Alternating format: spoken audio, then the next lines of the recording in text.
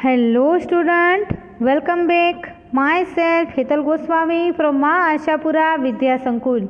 Today we will learn standard 10th subject SS and our topic is chapter number 18 जो है price rise and consumer awareness, यानी कि जो price rise है वो बढ़ती है और ग्राहक जागृति क्या है उसके बारे में हम इस चैप्टर में स्टडी करेंगे। तो यहाँ पे हमने देखा था कि ये जो प्राइस राइज है वो क्या है। तो भारत की आज हम देखें तो आर्थिक और सामाजिक जो समस्याएं हैं उसमें से जो मेन समस्या है वो कौन सी है, तो प्राइस राइज है। किस तरह से, तो अर्थतंत्र के अंदर हर एक क्षेत्र के अंदर हर एक चीज़ का जो प्राइस है वो बढ़ने लगा है, जिसके कारण क्या होता है कि जो पॉपुलेशन है वो बढ़ने के कारण इंडिया के अंदर ये जो प्राइस राइज है वो सबसे ज़्यादा, क्योंकि जितने लोग उतनी उस चीज़ की मांग, इसी तरह से ये जो प्राइस राइज है वो बढ़ने लगी है। इसी दौरान हमने देखा था कि ये प्राइस राइज है वो किस, उसका रीज़न क्या है, क्यों ये बढ़ते हैं। तो ये प्राइस राइज का जो रीज़न है उसमें हमने देखा था कि जो पैसा है उसका जो पुरवठा होता है, यानी कि जो पैसा आता है वो किस तरह से आता है उसके बारे में मैंने आपको बताया था कि 8 तरीके से हमने देखा था कि increase in minority supply, population growth, increase in export, availability of raw material of high cost, uses of non registered carrying, फिर था प्राइस राइज बाय गवर्नमेंट, फिर था नेचुरल फैक्टर्स, फिर था smuggling and hearing black marketing. Okay, फिर हमने देखा था कि ये वाई प्राइस टू कंट्रोल है। तो ये प्राइस राइज है वो बढ़ती है तो उसे हम किस तरह से कंट्रोल कर सके उसके बारे में हमने देखा था।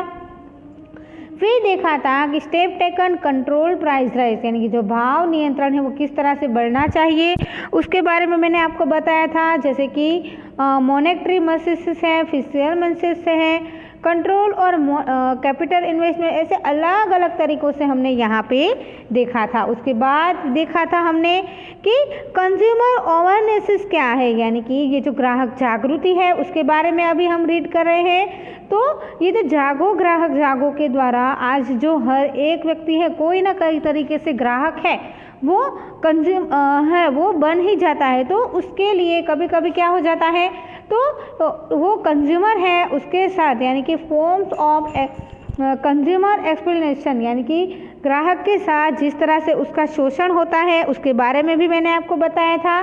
फिर हमने देखा था कि रीज़न क्या है ये एक्सप्लेनेशन के, ये ग्राहक के शोषण होता है उसके रीज़न क्या है उसके बारे में देखा था।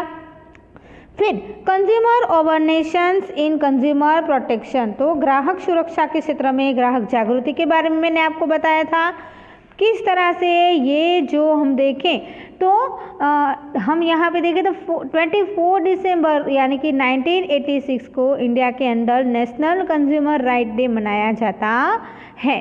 गुजरात के अंदर ये गुजरात कंज्यूमर प्रोटेक्टर एक्ट है वो 1988 को पास हुआ, जो था 18 फरवरी 1988। ओके, इसके बाद मैंने आपको दिखाया था कि लेगिस्लेशन कनक्रेसिंग कंज्यूमर राइट्स, यानी कि ये जो ग्राहक अधिकार अंगे के जो कायदे हैं उसके बारे में हमने देखा था।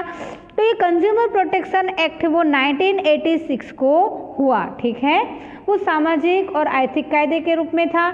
इसी तरह से हमने देखा था रिलेटेड टू कंज्यूमर सर्विस, यानी ग्राहक सेवा संबंधी जो मार्गदर्शन है उसके बारे में मैंने आपको बताया था। आज का हमारा जो टॉपिक है वो है राइट्स ऑफ कंज्यूमर्स, यानी ग्राहक अधिकार के जो हक हैं उसके बारे में हम देखेंगे।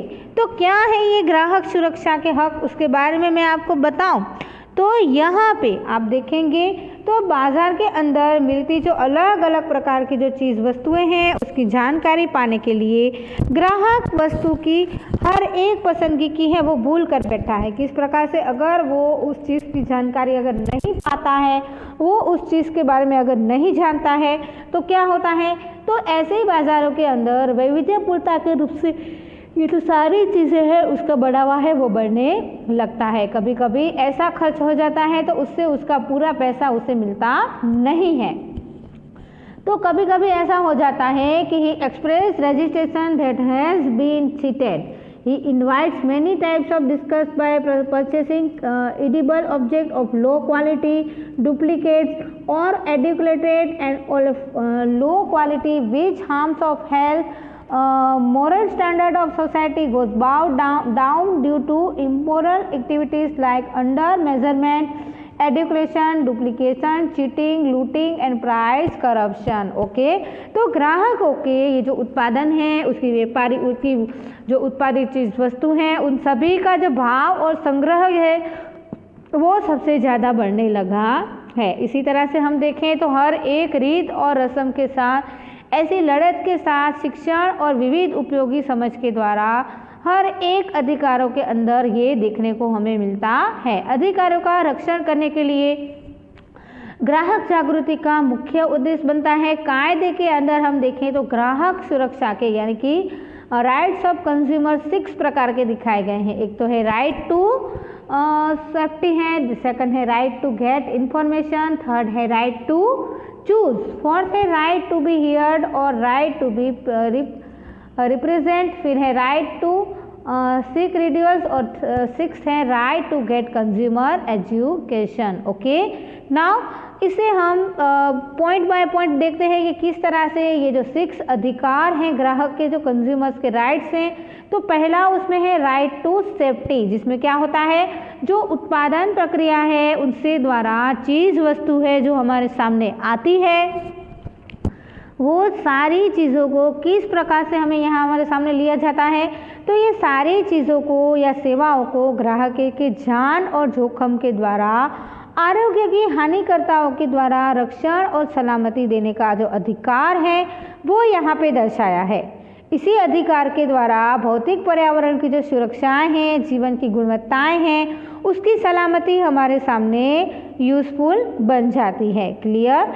इसके बाद सेकंड हम देखें तो वो है राइट टू गेट इंफॉर्मेशन, यानी कि वो किस तरह से अपने जो अधिकार है उसके लिए, उसे कोई चीज़ लेनी है तो उसके लिए वो किस तरह से इंफॉर्मेशन ले सकता है, उसके बारे में हम देखें तो ग्राहकों ने माल या सेवा की गुणवत्ता के साथ साथ उनका जो जत्था है, उनकी जो क्षमता है, शुद्धता है, धोरण है, उसकी जो यूज़ है, उनकी जो प्राइस है, उसके द्वारा उनकी जानकारी लेके बाजार के अंदर व्यापारियों की जो गिरती है, भ्रष्ट रितसर हैं, उन सभी से वो है क्या करता है, तो उसके द्वारा वो इन्फॉर्मेशन पा सकता है। अब ये इन्फॉर्मेशन अगर उसे पानी हो तो किस तरह से पा सकता है, तो ग्राहक है वो अपनी बुद्धि के द्वारा जवाबदारी पूर्वक जो वर्तन करके ग्राहक है वो किस तरह से जो चीज़ उसे लेनी है तो उस पे से वो, तो कोई चीज़ अगर उसे लेनी है तो उसके लेबल पर से या उसकी पैकिंग पे से, उसकी जाहिर खबरों के द्वारा, भाव पत्रक के द्वारा,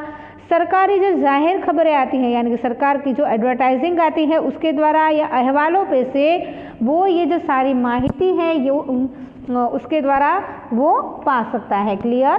थर्ड है कि राइट टू चूज, उसे चूज करने का अधिकार भी है। किस तरह से, तो वैविध्यपूर्ण और असंख्य चीज़ों के द्वारा हरीफाई के भाव में गुणवत्ता धराती हुई चीज़ें हैं, उसका महत्तम लाभ मिले तो पसंदगी की जो चीज़ें हैं उसको खरीदने के लिए ग्राहक को अधिकार मिलना चाहिए। क्यों मिलना चाहिए, तो भ्रष्ट और रीतसर से अगर वो अलग तरीके से अगर वो चीज़ उसे चाहिए, अगर उसे पसंदगी करने का मौका नहीं मिलता तो वो उस ग्राहक के ऊपर ग्राहकों के अधिकार का जो एक्ट है वो लगा सकता है। क्लियर, समझ में आ रहा है।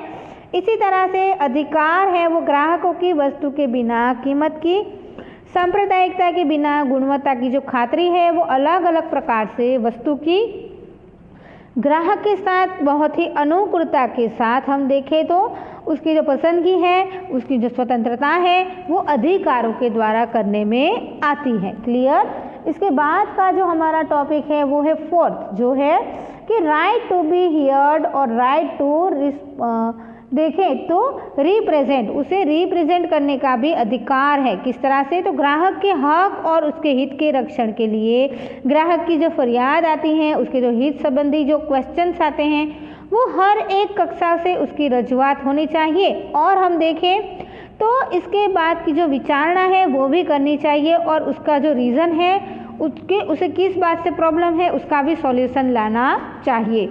ग्राहकों के कल्याण संबंधी जो विचारणा है उसको हाथ में लेके ग्राहकों का बिन राजकीय, बिन धंधाकीय और अलग तरीके से हम देखें तो यहाँ पे ये जो ग्राहकों के प्रतिनिधियों का स्थान है, उसकी रजूआत है, उसको सुनाने में अलग कायदे के हेठड़ के ये हरीफाई हैं वो करने में आते हैं। क्लियर। इसके बाद का जो हमारा टॉपिक है वो है राइट टू सीक रिड्रेसल, यानी कि जो फरियाद निवारण का जो अधिकार है वो किस प्रकार से होता है।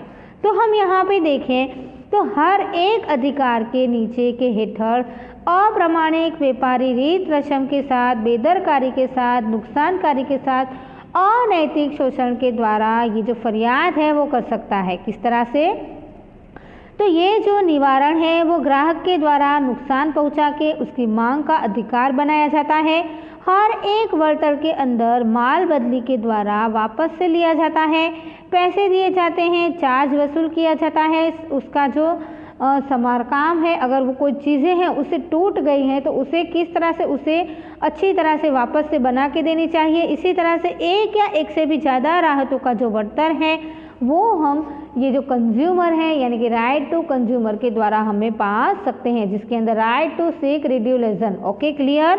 तो किस तरह से ये जो ग्राहक है वो अपने, अगर हम देखें तो विदाउट आस्किंग फॉर चार्जेस इस कंज्यूमर में आस्क फॉर द इंसेंटिव और not but is ineligible get incentive. Okay, clear. तो आगे का हमारा जो टॉपिक है वो आप यहाँ पे नेक्स्ट पेज पे आए तो वो है right to get consumer education, यानी कि ग्राहक को शिक्षण पाने का अधिकार भी होना चाहिए। तो the right consumer that the consumer gets completed information और development protection of the skill factors responsible for explanation of consumer at the village level are ignorant. Okay, so black and awareness among consumers. तो यहाँ पे इस अधिकार के द्वारा ग्राहक के जीवन भर जो उसके माहिती है वो उसे मिलनी चाहिए, जिसके द्वारा उसके ज्ञान, चातुर्य, धैर्य और कौशल को प्राप्त करने वाले प्रोत्साहित भी करना चाहिए। ग्राहकों को अज्ञान, ग्राम्य विस्तारों के अंदर ग्राहकों के द्वारा अधिकारों की विशेष माहिती का अभाव, वो सब कुछ हमें यहाँ पे मिलना चाहिए। जो स्कूल्स हैं, उसके अभ्यासक्रम है, उसके स्थान है, उसके विविध संस्थाओं की मीटिंगों के द्वारा ग्राहक शिक्षण संबंधी चर्चा सभा, प्रदर्शन, वार्तालाप, कार्य शिविर, उसके द्वारा ग्राहक की जो शिक्षा है वो तालीम, उसकी ग्राहक की कुशलताएं, उसको प्रयत्न करना चाहिए। हर एक बाजार में हम देखें तो जागरूक ग्राहकों के द्वारा उसकी जो फर्जें हैं उसको असरकारक रूप से हमें अदा करनी चाहिए और ग्राहक शिक्षण है वो मददरूप होता है। Consumer education is helpful in this. Okay, clear. तो ये क्या था? तो ये था राइट ऑफ कंज्यूमर, जिसमें हमने 6 प्रकार के इसके जो अधिकार हैं, इसके जो राइट्स हैं उसके बारे में हमने देखा। आगे का हमारा जो टॉपिक है वो है ड्यूटीज़ ऑफ द कंज्यूमर्स, यानी कि ग्राहक की जो ड्यूटीज़ हैं वो क्या है, उनकी जो फ़र्ज़ें हैं, फ़र्ज़ क्या है उसके बारे में हम देखेंगे। तो यहाँ पे ये जो ग्राहक की जो ड्यूटीज़ हैं वो पॉइंट बाय पॉइंट हमें यहाँ पे दी गई हैं। तो टोटल हमें यहाँ पे 13 जो ड्यूटीज़ हैं वो बताई गई हैं। तो उसके बारे में हम यहाँ पे देखें तो ये जो ग्राहकों की जो फ़र्ज़ें हैं वो क्या है, तो ग्राहक को जिस तरह से अधिकार को पाना चाहते हैं, अधिकार के लिए वो सावचेत रहते हैं, उसी तरह से उसकी जो जवाबदारी से वो अपना जो कार्य है वो सजगता से वो अपना कार्य है रिस्पॉन्सिबल होते हैं, उसी तरह से वो अपना कार्य करते हैं। तो पहला उसकी जो ड्यूटी है वो कौन सी है? तो ग्राहक की पहली ड्यूटी है कि ग्राहक को खरीदते वक्त चीज़, वस्तु या सेवाओं की सच्ची पसंदगी करनी चाहिए। जो चीज़ें हैं उसको खरीदने की गुणवत्ता है, उसका भाव है, उसकी गारंटी या वारंटी है, उसकी बेचान के बाद उसकी जो सेवाएं हैं BIS या ISI के एक मार्क जैसे गुणवत्ता के मानक चिन्हों के निशान वाली जो चीज़ वस्तुएं हैं वो खरीदनी चाहिए। क्लियर। ये जो बिजली या इलेक्ट्रॉनिक्स उपकरणों की खरीदी के समय स्टैंडर्ड या ब्रांडेड नाम वाली चीज़ों को खरीदने की प्राथमिकता भी देनी चाहिए। क्लियर। तो देखा आपने किस तरह से ISI या BSI एक मार्क वाले जो गुणवत्ता मूर्ख मानव चिन्ह वाले चीज़ें होती हैं वैसे ही ग्राहकों को खरीदनी चाहिए। और अगर वो बिजली या इलेक्ट्रॉनिक वाली उपकरण खरीद रहे हैं तो स्टैंडर्ड या ब्रांड नेम वाली जो चीज़ें हैं वही उन्हें खरीदनी चाहिए, जिसके द्वारा क्या होगा कि ये ग्राहकों की जो अगर उन्हें कोई भी अगर उससे फरियाद हो तो वो भी ना हो। सेकंड हम यहाँ पे देखें तो सेकंड है कि खरीदते समय अनेक ऐसी चीज़ वस्तुएं होती हैं तो जिसके द्वारा जो चीज़ है उसकी पसंदगी करने के लिए निर्णय लेते समय जो चीज़ है उसके तमाम माहिती, उसका लेबल, उसकी जो देखें तो एडवर्टाइजिंग की गई है उसको अच्छी तरह से देख के, उसको प्रूफ करके और समझ के और जागरूक ग्राहक बन के जवाबदारी के साथ वो जो निर्णय है वो करके उसकी जो चीज़ वो खरीद रहे हैं उसे खरीदना चाहिए।